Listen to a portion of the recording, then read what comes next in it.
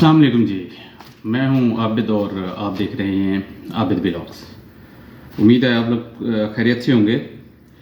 कुछ खबरें थी, आप लोगों को पता ही है कि बल्ले का कल फैसला हो गया है, तो यकीन इसके पीछे क्या कॉन्सिक्वेंसेस हैं ये आपसे बात करेंगे।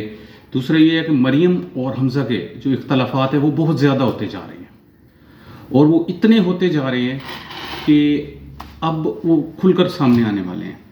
तीसरी खबर जो आपसे शेयर करेंगे वो जस्टिस मज़ाहिर अली नकवी, उन्होंने इस्तीफ़ा दे दिया है कल। उन्होंने क्यों इस्तीफ़ा दिया है इसका भी जिक्र करेंगे। खान साहब का एक पैगाम आया है अलीमा खान के ज़रिए, उसका जिक्र करेंगे। और पीटीआई की पंजाब में 288 जो है वो सीट्स कंफर्म हैं एक सर्वे के मुताबिक। सबसे पहले बात करते हैं पहली खबर की। जो बल्ला कल पेशावर हाई कोर्ट ने जो है वो पीटीआई को वापस किया है और इलेक्शन कमीशन को हुक्म दिया था कि आपने इसको वेबसाइट पे डिस्प्ले करना है और आपने एसोसिएट कर देना है पीटीआई के साथ। बल्ले को आपने अपनी वेबसाइट पे डिस्प्ले कर देना है, पीटीआई को दोबारा से लिस्ट कर देना है, क्योंकि इलेक्शन कमीशन ने पीटीआई को रिमूव कर दिया था। तो अभी तक इस वक्त टाइम है 3:27, लेकिन अभी तक मैंने अभी चेक किया है, इलेक्शन कमीशन ऑफ पाकिस्तान ने अभी तक पेशावर हाई कोर्ट के हुक्म पर अमल नहीं किया।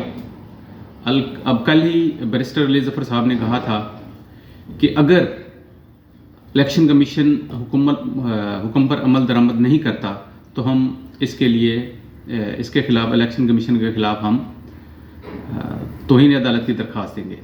तो अभी तक कोई दरख्वास्त भी नहीं आई। तीसरी बात यह है कि जैसे ही बल्ला वापस आया है तो इलेक्शन डिले होने की बातें होना शुरू हो गई हैं, यानी इलेक्शन पोस्टपोन हो जाएंगे, इलेक्शन नहीं होंगे। काफ़ी सारे सहाफ़ी पहले कह रहे थे कि जी नहीं इलेक्शन होंगे, लेकिन एक दो सहाफ़ी ऐसे हैं जैसे हारून रशीद साहब हैं, उन्होंने ये बात की थी कि जब अगर इलेक्शन से पहले बल्ला पीटीआई को मिल गया तो फिर इलेक्शन नहीं होंगे। और हालात भी ऐसे नज़र आते हैं, आप सबको पता है फिर कि किस तरह से जो है वो सेनेटर्स ने करारदाद पास की। उसके बाद काफ़ी सारे सेक्रेटरी इलेक्शन कमीशन ने इस्तीफ़ा दे दिया, तो इलेक्शन होते हुए अब नज़र नहीं आ रहे कोई। आपको तकरीबन 2 से 3 परसों, हालांकि 13 जनवरी को इलेक्शन कमीशन ने निशान अलाट करने हैं, इंतखाबी निशानात अलाट करने हैं, लेकिन अभी तक कोई उन्होंने जो है वो पेशावर हाई कोर्ट के हुक्म पे अमल दरामद नहीं किया। अब देखते इस हवाले से पीटीआई की हिकमत अमली क्या है। आगे चलते हैं। मरियम और हमज़ा के जो इख्तलाफात हैं टिकटों की तकसीम पर वो बहुत ज़्यादा हो गए हैं। मरियम ने असल में ये किया कि उन्होंने पार्टी को हाथ में करने के लिए उन्होंने सैफुर रहमान खोखर को जो है वो पंजाब का सदर मुकर्रर कर दिया, मुस्लिम लीग नून का। तो वो पता है कि प्रो नवाज शरीफ हैं, जबकि जब मरियम चुप करके बैठी थी और नवाज शरीफ बाहर चले गए थे तो उस वक्त एक्टिव जो थे, जो मतलब कि सियासत में इन थे और एक्टिव थे, वो हमज़ा शरीफ थे। उन्होंने ग्राउंड वर्क किया। अब दुख तो उनको भी है, दुख तो शहबाज शरीफ को भी है, लेकिन शहबाज शरीफ साहब अपने भाई के अगेंस्ट जाना नहीं चाहते, या जाते भी हैं तो वो इतना दूर नहीं जाते। लेकिन जो इख्तलाफात हैं मरियम के और हमज़ा शरीफ के, वो बहुत ज़्यादा होते जा रहे हैं। अब देखना ये होगा कि वो आगे जाके क्या करेंगे। जबकि मुस्लिम लीग नून ने, मरियम नवाज़ ने खोखर बरादरान को 4 टिकटों का वादा कर दिया है और उसमें सैफुर रहमान खोखर हैं, अफजल खोखर हैं और उनके बेटे हैं दोनों के, उनको सूबाई असम्बली के और इन बरादरान को जो है वो कौमी असम्बली के 2 टिकट दे दिए हैं। अब उसमें यह है कि अभी दूसरी टिकटें जो है वो अभी तक जो है वो फाइनलाइज नहीं हुई, अभी तक किसी को नहीं दी। मुल्तान के हल्का NA 150 में देख लें कि उसमें आमिर अंसारी हैं, जवेद अंसारी हैं, उसके बाद वहीद राई हैं, इनको अभी तक टिकट कंफर्म नहीं हुआ। तो पता नहीं किस तजब्जुब का शिकार है नून लीग, और इतनी सपोर्ट के बावजूद भी अगर उन लोगों के हाथ पाँव फूले हुए हैं और वो अपने फैसले नहीं कर पा रहे, तो इसके पीछे कोई ना कोई बात तो है। अब तीसरी खबर की तरफ चलते हैं, वो है जस्टिस मज़ाहिर अली नकवी ने कल इस्तीफ़ा दे दिया। जस्टिस मज़ाहिर अली नकवी पे चार्ज था जी कि उन्होंने लाहौर में एक प्लाट लिया है غیر قانونی طور پہ، یعنی ان کے پیسے انہوں نے نہیں دیے. تو اس کے بعد ایک گجرانوالہ میں پلازا ہے، اس کا الزام ہے جی ان پہ. تو انہوں نے کل جواب جمع کرواتے ہوئے استعفیٰ لکھا. انہوں نے جواب جمع کروایا جی کہ لاہور کا پلاٹ اس کی ادائیگی میرے سیلری اکاؤنٹ سے ہوئی ہے. تو میرا نہیں خیال کہ سیلری اکاؤنٹ سے اگر ادائیگی ہوتی ہے تو اس طرح کا وہ الزام بنتا ہے. اور دوسرا انہوں نے کہا کہ جی گجرانوالہ کا جو پلازا ہے اس سے میرا کوئی تعلق نہیں ہے، نہ آج ہے نہ کل تھا.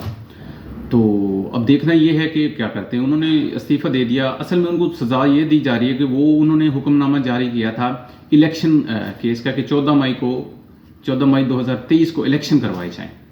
تو اس فیصلے میں وہ شامل تھے اور آگے تھے. انہیں اسی آئین پر عمل کروانے یا آئین کے مطابق فیصلہ دینے کی سزا دی گئی ہے.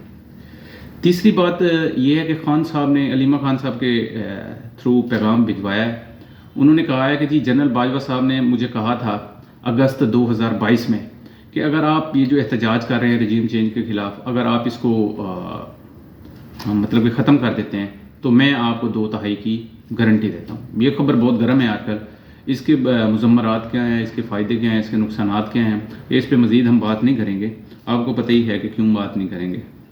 اس کے بعد پی ٹی آئی دفاعی تجزیہ نگار حسن مہدی صاحب نے کہا ہے، انہوں نے کہا ہے جی کہ پنجاب میں ایک سروے کے مطابق، اور یہ ایک ادارے کا سروے، اور وہ ادارہ آپ کو پتہ ہے کہ کون سا ادارہ ہوگا، اس کا نام ہم نہیں لے سکتے.